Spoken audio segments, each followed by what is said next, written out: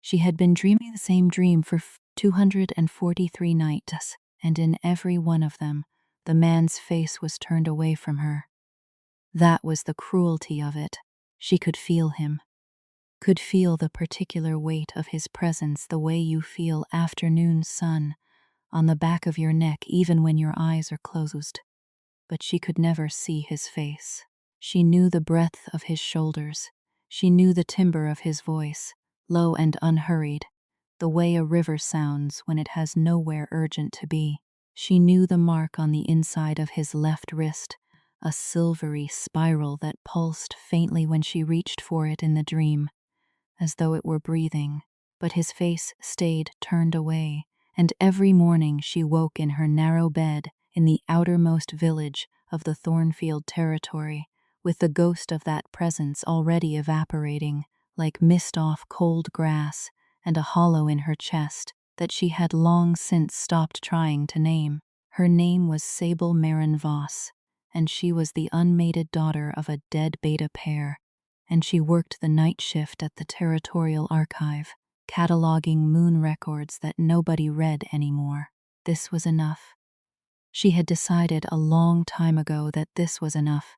She was still telling herself that on the morning the first summons arrived. It came in the form of a black wax seal pressed onto pale cream paper, the kind of paper the High Alpha's Hall used for official correspondence. She had never received official correspondence in her life. She turned the envelope over twice before opening it, as though it might contain something that would escape if she moved too quickly. Inside, 6 words in formal inked script and a date. Your presence is required. Full moon, no explanation.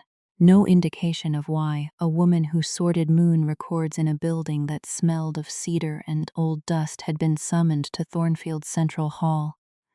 No name on the correspondence except her own. Sable set the letter on the kitchen table. She put the kettle on. She stood at the window and watched the early mist move between the pines, and she recognized, without any particular drama, that something was ending. The hollow in her chest, the one she'd stopped trying to name, began to ache in a way it hadn't since the dreams first started. 8 months ago, that was when the dreams had begun. She had been sleeping the same thin, dreamless sleep she had slept for 29 years when the first one came. The broad shoulders, the turned-away face, the silver spiral on the wrist. She'd woken at 3 in the morning with her pulse roaring, and her palm pressed flat to her sternum, as though she could hold something in place by force of will. She'd lain there in the dark, breathing carefully, and she had not told anyone, because there was no one to tell, and because she had learned very young that the things she felt most deeply were the things she was best served keeping to herself. 7 years, the whispers in the territory said, the High Alpha had been searching for 7 years, that he'd stood at the bonding ceremony at the blood moon when he turned 25 and felt the pull of the mate bond ignite in him like a match to dry tinder, and then looked around at every unmated woman in the territory and felt nothing in return. They said he'd gone across all 5 territories after that, following the thread of it, and come back each time empty-handed and increasingly grim about the jaw. They said his counsel was threatening to invoke the unbound law, which allowed them to appoint a chosen mate if an alpha remained unbonded past his 32nd year, and that his 32nd year was upon them, and the full moon in 6 days would be the last full moon before it. Sable knew all of this the way she knew most things about the High Alpha. At a distance, through the residue of other people's conversations, through the archive records she catalogued alone in the small hours of the night. She had not connected any of it to herself. She pressed her hand to the letter on the kitchen table. The black wax seal left a faint impression in the soft pad of her thumb, and something in her chest moved in response. A shift like tumblers in a lock, and she closed her eyes, and there was the dream again even though she was awake. Broad shoulders, turned face, the silver spiral breathing against her palm. She took the kettle off the heat. She did not drink the tea. She began, slowly, to pack a bag, and she did not let herself hope, because hope was the thing she had learned to be most careful with. The road to the central hall was 3 days' journey on foot through pine forest and river valley, and Sable walked it alone. She had walked alone most of her life. It was not self-pity, merely fact. Her parents had died when she was 11. A border dispute, a fight they were not supposed to be part of, the swift, clean ending that pack life sometimes delivered without ceremony. She had been raised after that in the communal house at Westing Reach, which was kind enough in its way but not the kind of kindness that left marks. By the time she was old enough to make choices, the choices available to her were modest ones. This village or that village, this archive or that one, this particular shade of quiet life or another shade very like it. She had chose Thornfield's Eastern Archive because the moon records were the oldest and the most complete, and because she had always been drawn to old things, things that held pattern and repetition and the slow grammar of time. She found comfort in the long view. A single moon cycle meant very little. 50 years of them, catalogued and cross-referenced, showed you the shape of things, the drift and return, the way certain frequencies repeated across decades like a song heard faintly through a wall.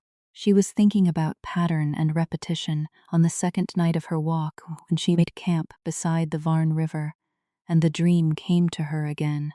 But different this time. The man was still turned away, the silver spiral still pulsed on his wrist, but there was something new. She could feel the pull of the mate bond, thin and trembling as a wire drawn too tight, and she could feel the direction of it. It was pulling north-northwest, toward the central hall. She stood in the dream and felt the pull and understood, with a particular cold clarity that came to her in dreams, that she had been feeling this pull for 8 months without knowing what it was, had been cataloging the feeling alongside all her other private information, had been filing it away in the part of herself she reserved for things she couldn't name yet. She woke beside the river with her heart knocking against her ribs and the first gray light of dawn touching the water, and she sat very still for a long time, and she allowed herself, for the first time in 8 months, to consider the possibility. Then she packed up her camp and kept walking. The forest changed as she moved northwest. Thornfield's eastern reaches were old-growth pine, dark and close, the light always second-hand. But as the land rose toward the central territory, the trees became more varied, oak and ash and silver birch, their early spring leaves small and bright, and the air had a different quality here, more charged, more attentive, as though the land itself was more awake. She noticed on the morning of the 3rd day that the silver birches on either side of the path had begun to lean slightly inward as she passed, and that the lean held for a moment after she was past them before they straightened. She noticed it the way she noticed most things, quietly, without reaction, filing it away. She knew what it meant. She'd read about it in the old moon records. The land of an alpha's territory recognized the mate bond's approach, not the person, but the bond itself, and made its acknowledgement in whatever language it had available. She had read this in records that were 200 years old, written in the careful hand of an archivist who'd noted it as curiosity rather than evidence, and she had thought it beautiful in the abstract way. She thought most archival curiosities were beautiful. It was different, feeling it, the land leaning toward her like a listening ear. She arrived at the outer gate of the central hall compound on the morning of the 4th day, her boots dark with river mud and her bag on her shoulder, and the gate warden looked at her with the particular expression of a man trying to reconcile what he expected with what he was seeing. "Sable Voss," he said. "Yes," she said. He checked his list, checked it again. "You're 4 days early." "I walked," she said. He let her in. The central hall complex was larger than she had imagined from the archive's maps. a sprawling, amber-stoned compound that sat at the highest point of the territory's interior, like a hand placed flat on a table, sure of itself. Torches burned in brackets along the inner walls even in daylight, their flames steady, despite the wind coming off the high ground, and the whole place smelled of pine resin and something older beneath that, something mineral and dark, like stone, that had been warmed by the same fire for centuries. She was given a room in the guest quarters, a simple room, a clean room, with a window that looked out over a walled garden where early herbs were beginning to push through the winter soil. A pack attendant brought water for washing, and a spare change of clothes, nicer than Sable's own, the kind of neutral formal wear that said you are a guest of standing without specifying what kind. The attendant's eyes kept sliding toward Sable, and then away, the way people's eyes did when they wanted to look at something, but hadn't decided yet whether it was polite. Sable thanked her and closed the door and stood in the center of the room for a long moment. The hollow in her chest was different now, fuller, louder, more insistent. North-northwest, the dream pulse said, nearby. She sat on the edge of the bed and pressed her hands flat against her thighs and breathed, and she did not let herself move toward the feeling. She had come because she was summoned. She would wait. She had always been good at waiting. She fell asleep in the early afternoon, still dressed, still sitting upright, and the dream came again, and this time the man began to turn. She woke before she saw his face. The hall was quiet. The window showed her a garden, going golden, in late afternoon light, and she pressed her palms to her eyes and allowed herself one moment of something raw and wordless before she smoothed it away, and then she stood and straightened her borrowed clothes and went to find out what the evening meal situation was. She had not eaten properly in 3 days, and she was not going to meet the unknown on an empty stomach. The great hall where meals were served was long and open, with trestle tables running its length, and the kind of high ceiling that made even the sound of cutlery feel significant. Sable took a seat at the far end of the nearest table, the unmated women's end, she noted, designated by custom rather than by any explicit marker, the way many things in pack life were designated, and served herself from the communal dishes with the brisk efficiency of someone who had been feeding herself without ceremony for most of her adult life. There were perhaps 30 other women in the hall, most of them in the nicer clothes of women who had been here longer and had unpacked properly. They were beautiful in the varied ways that packs produced, dark-skinned and pale-skinned and golden-skinned, some with the particular luminous quality of high bloodline wolf woman, some with the steadier, more earthen quality of lower bloodlines. Sable sat among them and ate her roasted root vegetables and bread, and the remarkably good lamb stew, and tried not to listen to the conversations happening around her. She was not trying hard enough. The unbound law goes into effect the morning after the full moon, said a woman 2 seats down, her voice pitched for her immediate neighbor, but carrying easily in the stone and timber acoustics. If he doesn't identify a mate before the moon sets, the council selects one. The council's had their choice ready for 6 months, said another voice. Alara Dunmore, beta line, excellent bloodline, completely agreeable. She's here. She's been here 4 days. She's very beautiful. She knows that. Sable ate her stew. She kept her eyes on her bowl. Who is she? Said a voice, and it took her a moment to realize it was talking about her. She looked up.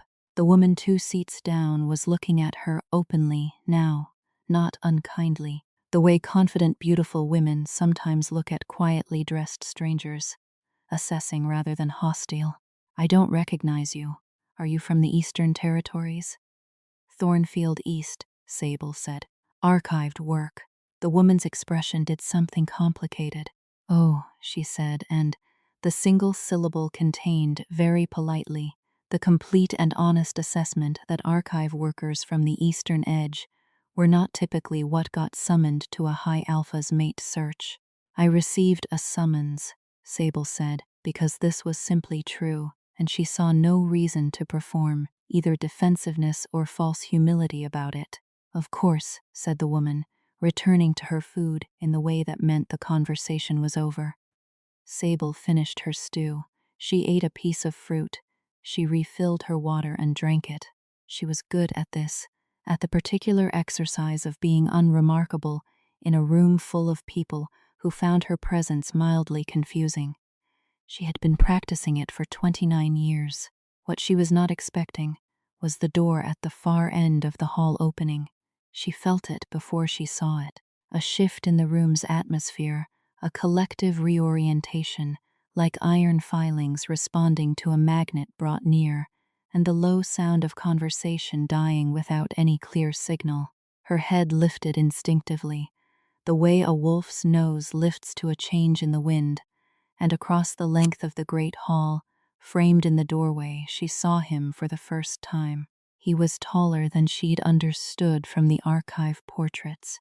Or perhaps it was something about the way he stood, easy and contained in his own skin, not performing the size of himself, which made it read differently than performance. He wore a deep gray tunic, unlaced at the throat, and he was speaking quietly to the man beside him, and his left hand was resting at his side, and on the inside of his left wrist, catching the torchlight, was the silver-white line of a spiral scar. Sable stopped breathing. Not for a dramatic count, not for the kind of breath-stopping that featured in the stories people told about mate bond recognition. For approximately 2 seconds she simply ceased to breathe, and in those 2 seconds the hollow in her chest that she had been carrying for 8 months closed with an almost audible sound like a door fitted precisely to its frame. And the pull, the north-northwest pull she had been following for 3 days without admitting what she was following, aligned. His head turned. She was already looking away when it happened. She was looking at her water cup, her hands around it, the grain of the wood of the table. Her pulse was very loud. She heard him cross the room. She heard the way conversation adjusted around him, the small ripples of deference, people straightening slightly, conversation becoming more careful. She heard him reach the nearer table and speak briefly to someone there, easy and low, a man comfortable in his own hall. She heard him come closer. She kept her eyes on her water cup. "You walked," said a voice, and it was the voice from the dream, the river voice, low and unhurried, and she looked up. She looked up and she saw his face. High Alpha Caius Thornfield was 31 years old, and he had been searching for 7 years, and the expression on his face when he looked at her was not what she had expected, which was recognition or triumph, or the particular satisfied certainty she imagined. High Alphas wore when things resolved themselves. What she saw instead was something much rawer than that.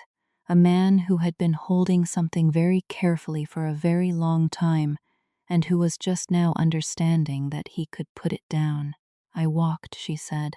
He sat down across from her, not asking permission, not performing the gesture of asking permission, just sitting, the way a man sits in his own house, that is also, it turns out, your house. He was looking at her the way the silver birches had been leaning. "You're Sable Voss," he said. "You read the summons list." "I sent the summons list," he said, "but not." He paused. There was something in the pause she recognized as a man encountering something he hadn't planned for. "Not your name. I didn't put your name on it." The room was very quiet around them, not the quiet of people not talking, but the pointed quiet of people listening intently to what they were pretending not to hear. "Who did?" she said. He looked at her steadily. "I don't know yet," he said. "But your name was on the list I was given, and you came, and—" He stopped again. "And the spiral," she said quietly. She was looking at his wrist. She hadn't meant to say it out loud. The expression that crossed his face then was the one she had already seen in 8 months of dreams, wearing it turned away from her where she couldn't quite read it. She was reading it now. It was the expression of a man who had been looking for something so long that he had begun, in some kept private corner of himself, to believe he would not find it. "You dreamed it," he said, not a question. 243 nights, she said. "How many for you?" A pause. 244, he said. "I started one night before you." There was something almost funny about it, the particular precision of it, the archival exactness, and she saw his mouth curve slightly at the corner, as though he'd heard that thought, and she understood that this was how it was going to be. This man reading her thoughts at their edges, this man with the river voice and the 7 years, and the expression she'd been watching the back of, in her sleep, sitting across a dinner table from her in a hall full of people who had not expected her. She had not expected herself. To understand how Sable Voss came to be the last woman anyone in Thornfield expected, you had to go back 20 years to a bloodline decision made by people who are all now dead, and to a magical system so old that most of its practitioners no longer understood what they were practicing. The Voss name had not always meant what it meant now. Sable's father, Aldrich Voss, had been a beta of no particular distinction, which was true as far as it went. But betas of no particular distinction were not always born that way. The Voss bloodline, 3 generations back, had been something quite different, a line of what the old records called hollow keepers, which was a term even the archivists Sable had worked with for 9 years used loosely and inaccurately, as though it were merely a ceremonial title. It was not a ceremonial title. The moon's power in Thornfield territory operated on a system of resonance. Every wolf carried a frequency, a particular note in the territory's larger chord, and the mate bond's function was in part acoustic, 2 frequencies finding each other across whatever distance separated them and producing something the old texts called the lock, a harmonic alignment so complete that it could not be mistaken or faked. Most wolves felt this as a pull, a warmth, a certainty. In high bloodline pairings, the lock was sometimes visible, a brief luminescence at the point of contact, the kind you could see in old ceremony records if you knew what you were looking for. In rare cases, perhaps once in a generation, one half of a mated pair carried a bloodline capable of what the old texts called amplification. The hollow keeper designation had been, in its original meaning, a recognition of this, a wolf whose inner frequency was so deep and so resonant that when the lock found them, it did not merely align, it opened. Every other bond in the territory strengthened. The Alpha's territory itself, which was at its most fundamental a magical compact between a wolf and the land they held, became more vital, more coherent, more enduring. This was, in short, exactly the kind of bloodline that dominant wolves throughout history had done very complicated and often morally questionable things to control. Sable's grandmother had understood this. She had also understood, watching the territorial politics of her era, that control was a short step from elimination, and that the most reliable way to protect the bloodline from interference was to make it invisible. She had done this with a method as old as the hollow keeper designation itself, a frequency suppression laid into the bloodline at the depth of its root, a deliberate dampening of the resonance that made the bloodline identifiable, not a removal. That was beyond any wolf's ability, but a quieting, a muting, a burying of the signal under so many layers of ordinary seeming frequency that it would not register on any standard bloodline assessment, which was how Thornfield and every other territory identified bloodline lineage. Sable's father had been born suppressed. He had never known what he was. He had lived as a beta of no distinction, married a woman of no particular bloodline, died in a border skirmish at the age of 34, and been buried in the small cemetery at Wensting Reach, without anyone ever understanding what had been quietly buried with him. Sable had been born suppressed twice over, her father's suppression, And she would later understand an additional layer her grandmother had arranged through a contact whose name was in no record, activated at Sable's birth, because the old woman had lived long enough by then to be certain that the political climate was only getting more dangerous, and her granddaughter was going to need every layer of protection available. The result was a woman who registered on every standard assessment Thornfield had ever run as an unremarkable beta bloodline wolf with a frequency so faint it barely merited notation. No hollow keeper signature, no amplification potential. Nothing that would make her interesting to anyone with territorial ambitions or bloodline designs. Nothing, apparently, except to the land itself, which could not be fooled by frequency suppression, and to the mate bond, which did not operate on assessment protocols. And, it turned out, though Sable did not yet know this, to whoever had placed her name on the High Alpha's summons list, she did not learn this all at once. She learned it in pieces, over the 4 days between her arrival and the full moon, in conversations she did not entirely expect, and in archive records she found by following an instinct she had long since learned to trust, the same instinct that had made her good at her work, the instinct for pattern, for the thing that didn't fit, for the frequency underneath the noise.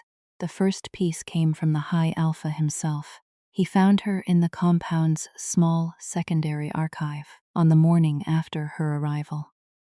She had asked the gate warden where before breakfast, old habit, and was standing at the stacks reading a dust-filmed accounting of moon ceremonies from 80 years ago when she heard the door open and felt the pull a line and knew without turning who it was. "I thought you might be here," he said. "The gate warden told you." "He did," said Caius. He came to stand beside her at the stacks, not quite touching, close enough that she could feel the warmth off his arm through her sleeve. He was in working clothes today, rougher than last night's tunic, and he smelled of the compound's interior courtyard, stone dust and morning air. "What are you reading?" She showed him the spine of the record. He looked at it and then at her. "Why that one? It covers the last time the unbound law was formally invoked," she said. "I wanted to know what happened." "It went badly," he said. "The Alpha in question accepted the Council's chosen mate and the bond never locked. He spent 18 more years in a political marriage and died without a successor, and the territory spent 3 generations in instability." He paused. "I know the history." "Then you know the other part of it," she said. A pause. "Remind me." The records note that a woman carrying Hulkokeeper bloodline was identified in that territory 8 months before the unbound law deadline, Sable said, keeping her voice even and archival. She was from a minor bloodline family. She was, in fact, quite close to the Alpha. She had been his archive keeper for 4 years. The Council directed that she be reassigned to the outermost territory. The record describes it as a voluntary relocation. The silence in the small archive was complete. "It wasn't voluntary," Caius said. "Records says it was." "Records say what they're written to say," he said. "What do you know about hollow keepers, Sable?" She put the record back on the shelf. She turned to look at him directly, which she had been doing carefully, not performing reluctance, simply being deliberate about it, because this man's eyes on her was an experience that required some management. "I work in the archive that holds the oldest moon records in the territory," she said. "I have been alone in that archive for 9 years, most of it in the middle of the night. I have read everything in it. Twice." She held his gaze. "I know what I am. I have known for approximately 6 years." Something moved through his expression. Not surprise, or not simple surprise. Something more complex, the recalibration of a man discovering that the variable he'd thought was unknown had already calculated itself. "And you never—" "Who would I have told?" she said. The question was genuine, not rhetorical. "And to what end?" He was quiet for a moment. The silver spiral on his wrist caught the low light from the archive's single narrow window. She could feel the pull of it even now. Not the dream pull, but something more substantial, more physical, the lock she had read about in texts that called it unmistakable, and had, in this case, been entirely accurate. "Your name on the summons list," he said. "I didn't put it there. My head counselor presented me with the final list and I approved it. I didn't add names individually. There were 63 of them." He paused. "I'm now wondering if someone on my council understands more about bloodline identification than I gave them credit for. Or someone on your council wants to see what happens when a Holokeeper lock activates." Sable said, "For reasons other than your benefit." Caius looked at her with an attention that was not comfortable exactly. It was too present for comfort, too much like being fully seen, and said, "You're not what I was expecting." "You weren't expecting me at all," she said. "No," he admitted, "but I was expecting someone more." He searched for the word and apparently found it inadequate and tried again. "Everyone who has come for the mate search has performed it, performed their eligibility, performed their beauty, or their bloodline, or their ambition to the throne. You walked 3 days alone through the forest and ate dinner and went to the archive." "I didn't walk to perform," she said. "I walked because I was summoned and I don't own a horse." He almost laughed. She could see it. The thing he controlled before it could become full, and she filed it away alongside everything else she was filing away about this man, this enormous, careful accumulation that was nothing like what she had read in any record. The second piece came from the garden. She had taken to walking the walled garden in the evenings, partly because she preferred the outdoor air to the complex social arithmetic of the guest hall, and partly because the herbs coming up through the winter soil were interesting to her. She'd always grown things, in a small way, in pots on her archive window, and there was something in the garden's early spring quality, its green persistence despite the cold, that she found steadying. On the second evening, she found a woman already there, an older woman, perhaps 60, with the kind of face that had been striking in its youth and had settled now into something better, sharper, more earned. She was kneeling in the garden's far corner doing something with a plant that had gone over, trimming it back with decisive tuts, and she looked up when Sable came through the gate, without any of the social recalibration that most people performed when they encountered someone unexpected. "Sable Voss," the woman said, not quite as a question. "Yes," Sable said, stopping. "I'm sorry I don't." "No," the woman said, sitting back on her heels. "You don't know me. My name is Brecht. I'm the senior archivist for the Central Hall." She looked at Sable steadily. "I put your name on the summons list." The garden held its early evening quiet around them. Sable heard the distant sound of voices from the main hall, the creak of the outer gate, a bird somewhere in the silver birches beyond the compound wall. "Why?" she said. "Because I have been waiting for 22 years for the right moment to do it," Brecht said, "and the unbound law deadline was the most obvious possible moment, so I used it." She stood with the kind of ease that spoke of a body that worked regularly and well, and she set down her cutting tool and looked at Sable with the same complete attention that Caius had, but different in quality, not the pull of the mate bond, but something older and more deliberate. "Your grandmother knew my grandmother," Brecht said. "My grandmother was the one who laid the second layer of your suppression, the additional layer at your birth." The garden seemed to tilt slightly. Sable kept her feet. "Your grandmother knew I would need it," she said. "She did, so did mine. They were not friends exactly.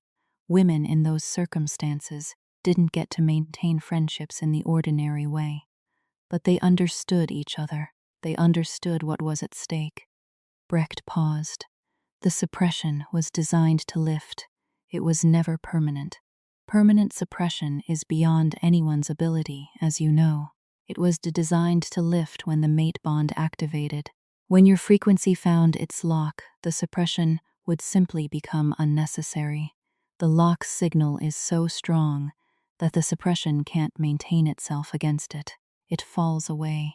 Sable thought about the past 4 days, about the silver birches leaning, about the hollow in her chest closing, about the way she had felt since arriving at the compound, increasingly less like someone hidden and increasingly like someone arriving. It's been lifting since you came through the gate, Brecht said. By the time the full moon rises, it will be gone entirely. Your full frequency will be visible to anyone with the ability to perceive it.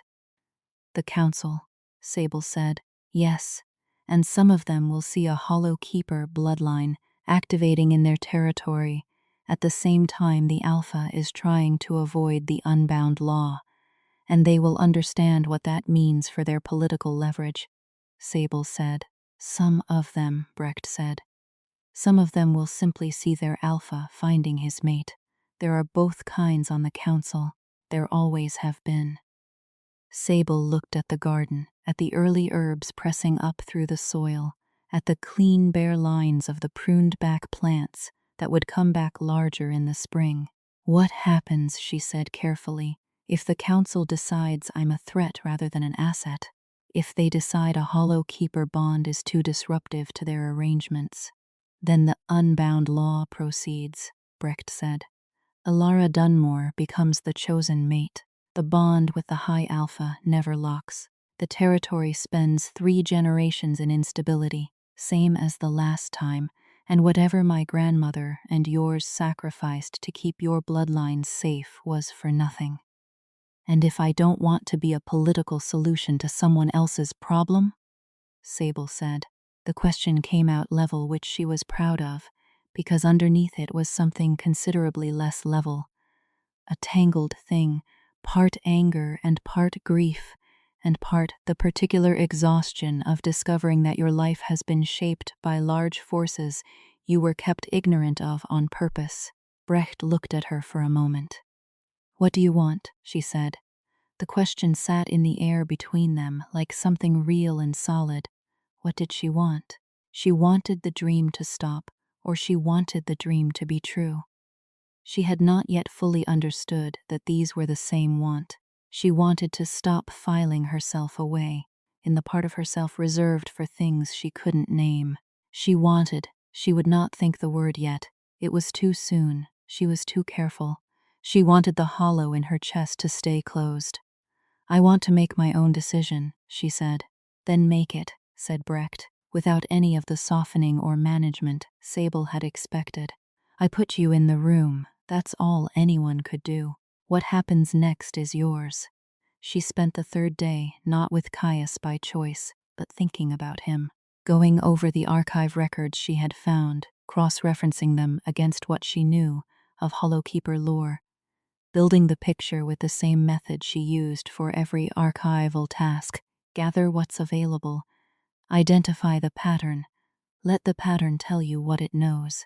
What the pattern told her was this: the mate bond between a High Alpha and a Hollow Keeper was not like other mate bonds. It was not simply 2 people finding each other. It was, in the territory's magical ecology, a structural event, the activation of a deep resonance that changed the landscape itself, that called the territory's magic into alignment, that made the Alpha's compact with the land something more than political. The old texts described it as a completion, not of the Alpha, not of her, but of the territory's fundamental frequency, the bass note that everything else sounded over. The reason Hollow Keeper bloodlines were politically dangerous was not, Sable realized, simply that the bond was powerful. It was that once the lock activated, you couldn't undo it, you couldn't reassign it, you couldn't manage it or dissolve it, or instrumentalize it the way you could a chosen mate pairing, which was essentially a contract, formalized and breakable by enough political will. A Hollow Keeper lock was structural. It was load-bearing.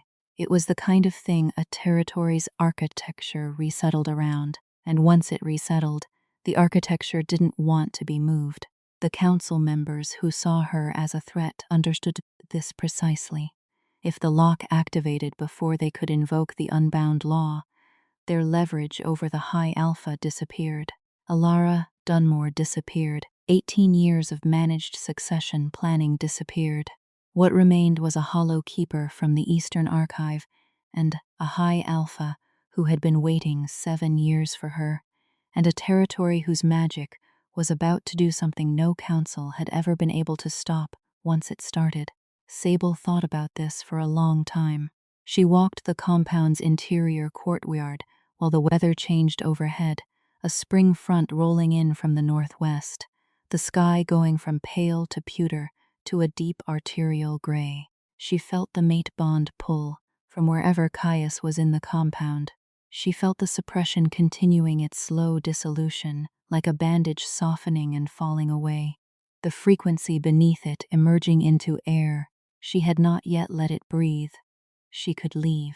She had come because she was summoned, but no one was holding her here. She could walk back out the gate she'd walked in through, and go back to her archive, and her narrow bed and her pots of herbs on the window, and the particular managed quiet of the life she'd built. She could file this experience away with everything else she'd filed away. She could be careful with herself for another 29 years. She stood in the courtyard and let herself feel what this option actually felt like in her body, because she had learned that her body was more honest than her mind about what she could actually sustain. It felt like the hollow in her chest reopening. It felt like a frequencies being pressed back into silence that had just begun to breathe. It felt like every one of those 243 dreams reversed. The man's face turning away again, the silver spiral dimming, the voice losing its river quality and becoming nothing at all. She stood there in the changing weather and felt this fully, without management, and then she straightened and went inside and found Caius. He was in his study, a spare, functional room at the back of the hall, the desk occupied with territory maps and correspondence, the fire doing its work against the incoming cold.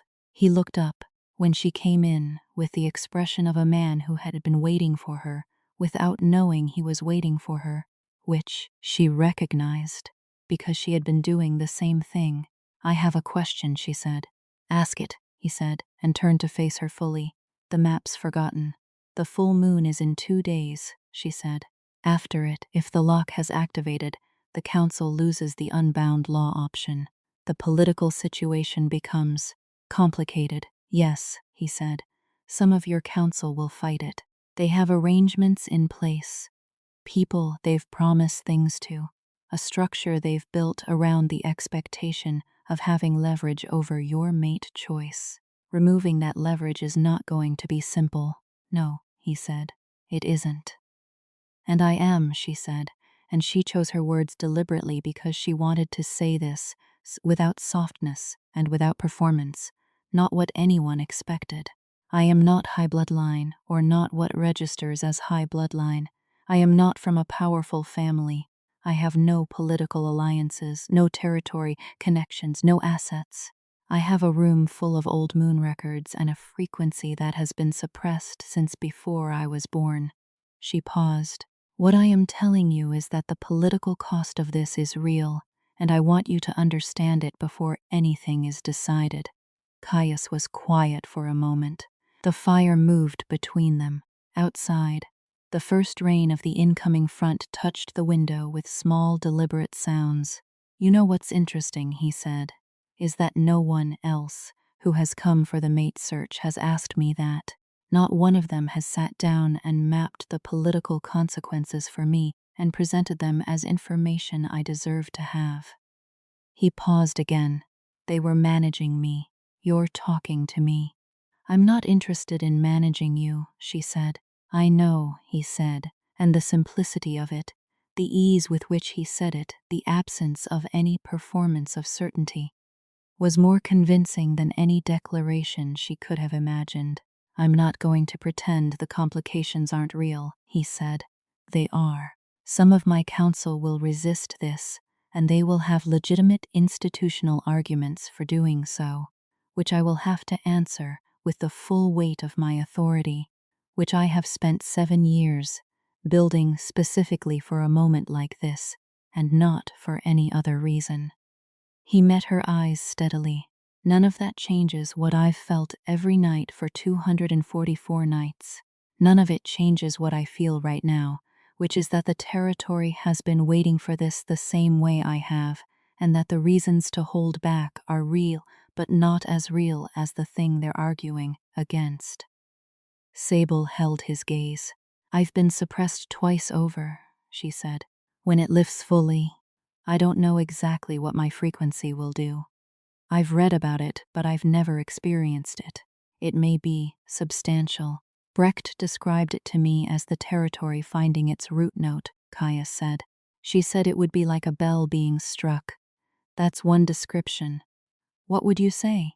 She thought for a moment. I'd say it might be like the difference between a river that's been blocked and a river in full flow, she said. The river was always there. The water was always there. What changes is that it gets to go where it was always trying to go. The study was quiet except for the fire and the soft rain. The map of Thornfield territory lay between them on the desk, its borders marked in faded ink, its rivers and valleys and old-growth forests named in the careful hand of whoever had drawn it, its center, here, where they were standing, unmarked. As though the person who made the map had not yet decided what to call the thing at the heart of it. What do you want? Caius asked her, and she recognized the question from the garden 2 days before, and she understood that both times it had been asked it was the same question, not about the bond, not about the territory, not about politics or bloodline or what was expected of her. What did she want? She had been careful for so long. She had been careful the way you are careful with something fragile, and she understood now that the fragile thing was not herself, had never been herself, but the suppression, the managed smallness of a life built to contain something that was always going to be larger than its container. I want to stop being careful, she said. Something in him eased. She could see it, a release of tension she hadn't known he was carrying because it was so constant, so much a part of the structure of his face that it registered only in its absence. Then, stop, he said simply. The full moon rose on the 4th night of her stay, and the territory began its last ceremony while the council watched. The ceremony was held in the compound's central courtyard, which had been prepared with a formality that even Sabe's soul, who did not attend ceremonies, who experienced them at best through written record, could recognize as significant. Torches ran the full perimeter. The stone flags of the courtyard had been swept, and the territory's senior wolves were assembled in the ranked positions that formal ceremony required. The council in their marked chairs at the outer edge, the general pack members in their standing places, and at the center, the open ground where the Alpha stood alone. Sable stood at the edge of the archway, wearing the borrowed clothes that were nothing like what the other women were wearing, with her boots still faintly mud-dark at the toes, and she felt the suppression falling away. It was not what she'd expected, and it was entirely what she'd expected. The old records had called it a loosening, and that was accurate, but inadequate. It was the of loosening that happens when something is finally allowed to do what it was always built to do. Not a collapse, but a release, a full extension, a frequency she had been carrying all her life in a compressed and muted form suddenly spreading to its actual size. She felt it reach the land beneath her feet, and she felt the land respond. The stone flags of the courtyard hummed, not audibly, not at first, but the kind of hum you feel in the soles of your feet, a vibration that moves up through bone before it reaches air. The torches on the perimeter flared simultaneously, a brief and brilliant bloom, and settled back. The silver birches beyond the compound wall moved without wind. She'd heard someone near her say very quietly, "What is that?" She stepped through the archway into the courtyard. The council saw her. She watched them see her, watched the shift in their attention as her frequency, fully unmasked now and apparently quite unmistakable, walked toward the center of the ceremony ground. She watched the ones Brecht had described, the ones who had arrangements and leverage and 18 years of succession planning, and she watched the expressions on their faces cycle through confusion and recognition, and the particular cold quality of people recalculating rapidly. She watched Alara Dunmore, who was beautiful as advertised, and standing at the nearer edge of the assembly with the composed expression of a woman who had prepared for a ceremony she expected to win. And she watched Alara Dunmore's composure develop the first hairline fractures. She did not perform any of this watching. She simply walked at her own pace through the assembly, and she was aware of the way her frequency was doing something to the ceremony ground, deepening it, clarifying it, the way a tuning fork brought near a vibrating string will pull the string toward precision.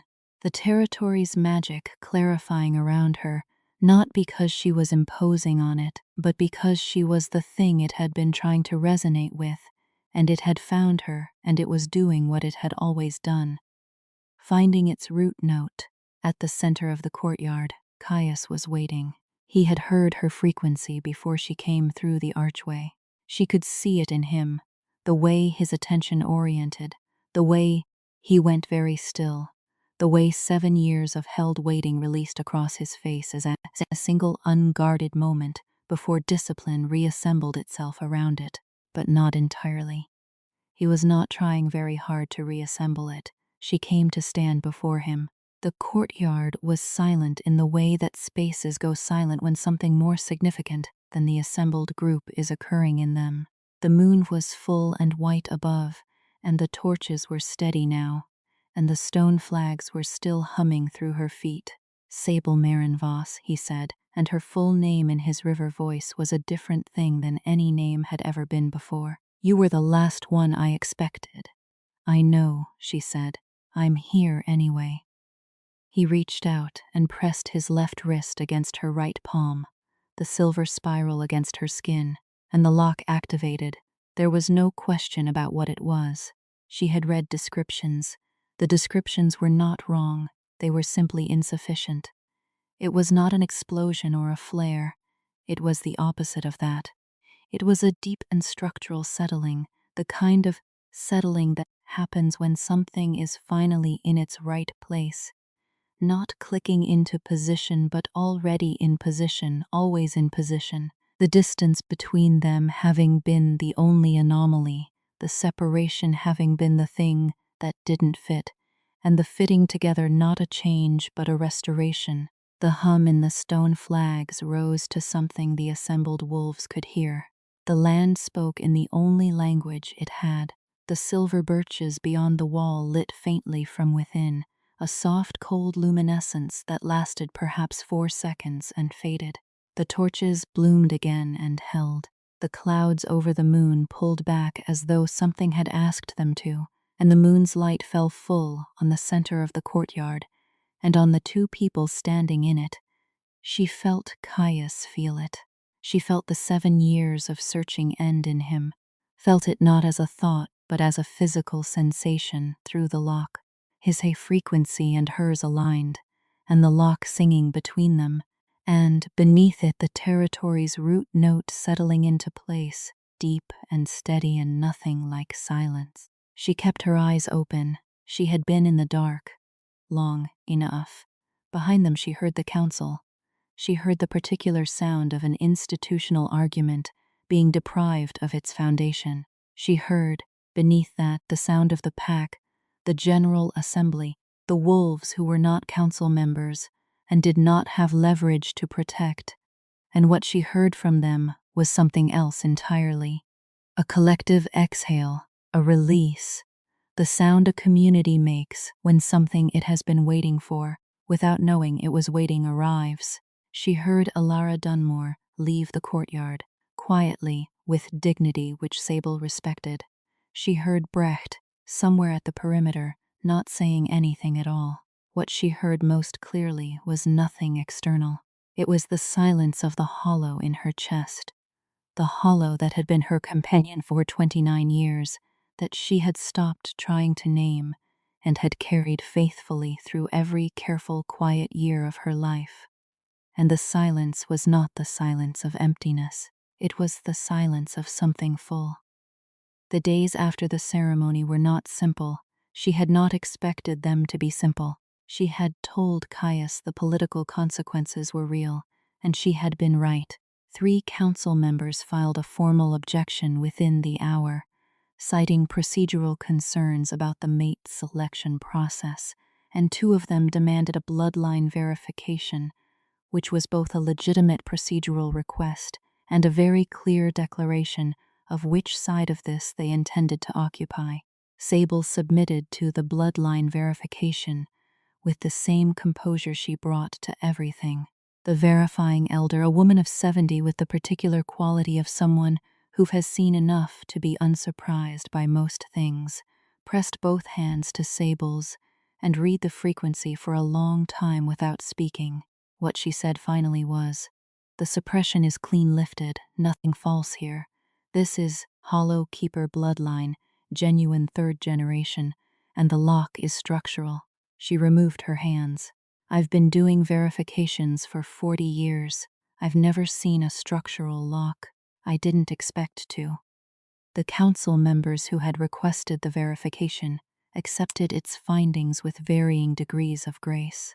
The 3 who had filed objections withdrew 2 of the 3. One procedural concern remained, and Caius addressed it in a formal session the following day with the kind of patient precision that told Sable he had been preparing for exactly this kind of fight for years. He answered every argument with evidence, every institutional concern with documented precedent, and he did it without dismissal or contempt, which was more impressive to her than any display of force would have been. She was present at that session. She had not been asked to be present. It was a council matter, and she had no formal standing yet, the mating ceremony being days away. But Caius had told her the time and location without specifying that she should come.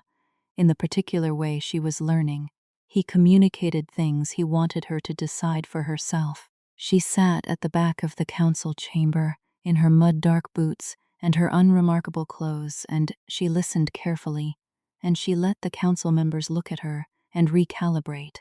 She understood what her presence communicated, that she was not a circumstance that had been imposed on them, that she had chosen to be there, that she intended to continue choosing to be there, and that the most efficient use of everyone's time was to adjust to this rather than resist it. The single remaining procedural objection was resolved by midday. The objecting council member, a man named Torvin, who had been in the position for 11 years and had the careful face of someone accustomed to working moves of head, looked at Sable from across the chamber at the end of the session with an expression that was not warmth, but was not hostility, and which she read, after a moment, as the expression of a man deciding whether to be an obstacle or an asset. "Your frequency," he said directly to her, "has been affecting the territory's magic since you came through the gate." "I know," she said. "The lay anchor at the eastern boundary, which has been attenuating for 30 years, has apparently stabilized in the last 4 days." He paused. "We have records of the last time a Hollow Keeper bond activated in this territory. It was 400 years ago.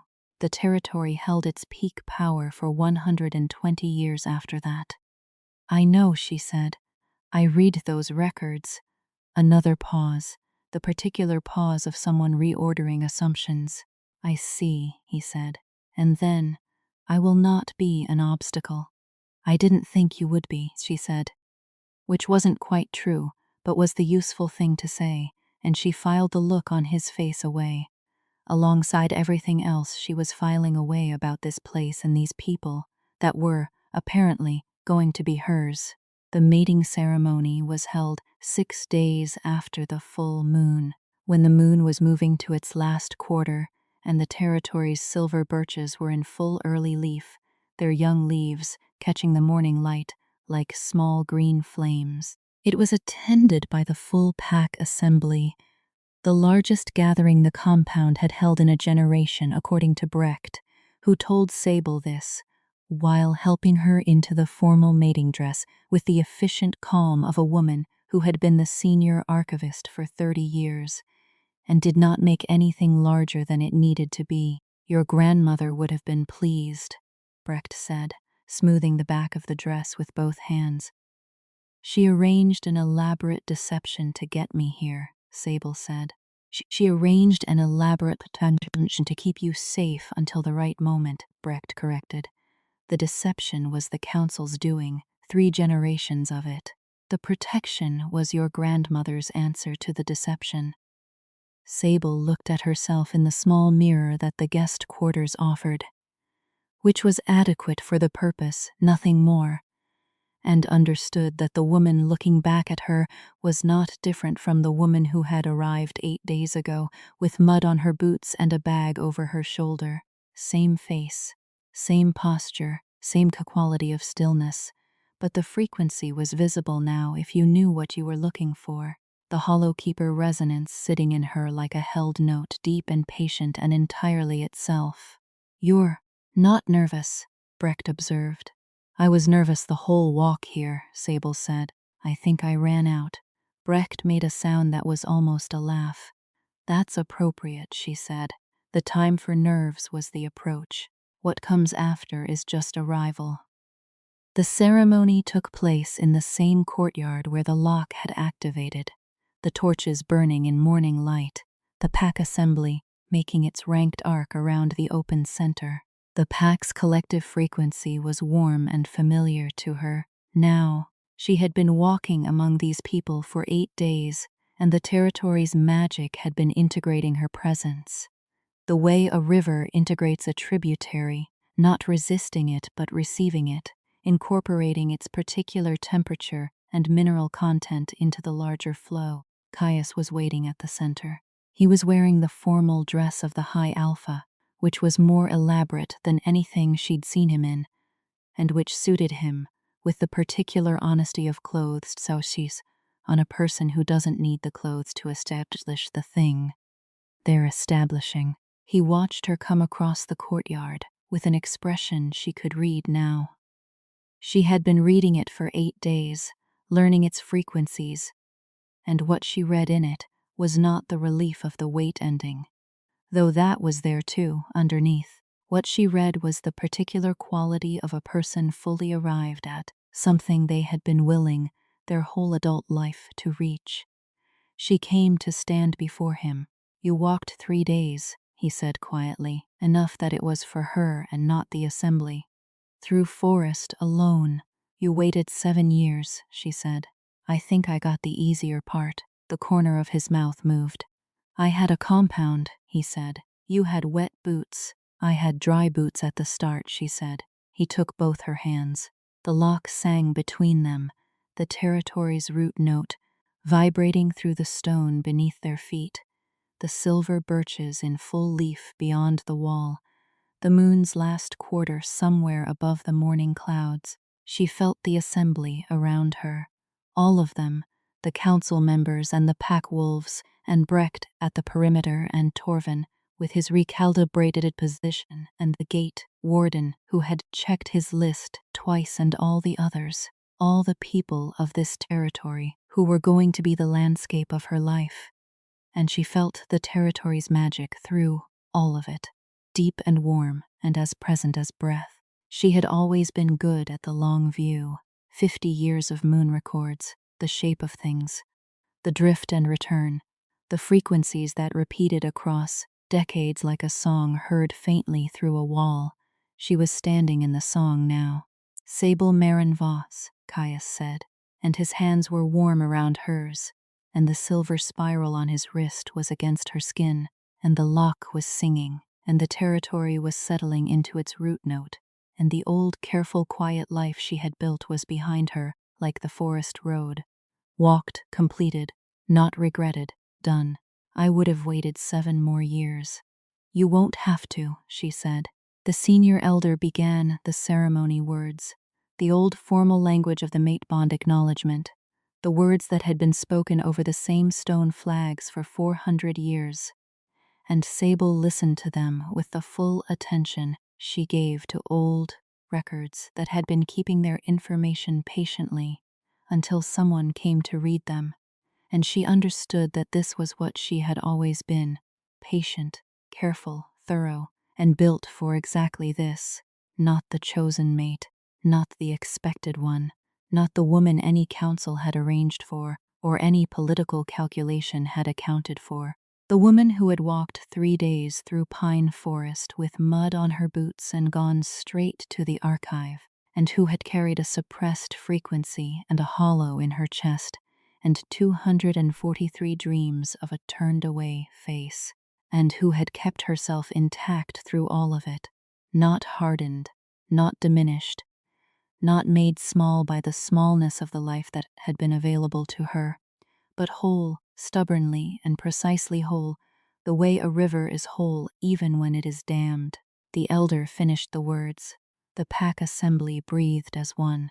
Caius looked at her with the river eyes and the 7 years and the spiral scar, and the territory sang its root note through the stone, and the silver birches bloomed with their cold brief light beyond the wall. And the hollow in her chest had been silent for 10 days now, with the particular silence of a thing that has no further reason to exist. And Sable Marin Voss, last daughter of the Hollow Keeper line, who had catalogued the long record of the moon's patient repetitions in a room that smelled of cedar and old dust, and had never asked to be found, looked back at the man who had waited for her without knowing her name and understood, with the clean and complete certainty of an archivist who has finally located the record she has spent her whole life filing toward, that some frequencies were worth every year of silence, and some arrivals could only be made by the long road, and some things the territory chose for itself, and no council had ever been able to stop, and that she was at last one of them.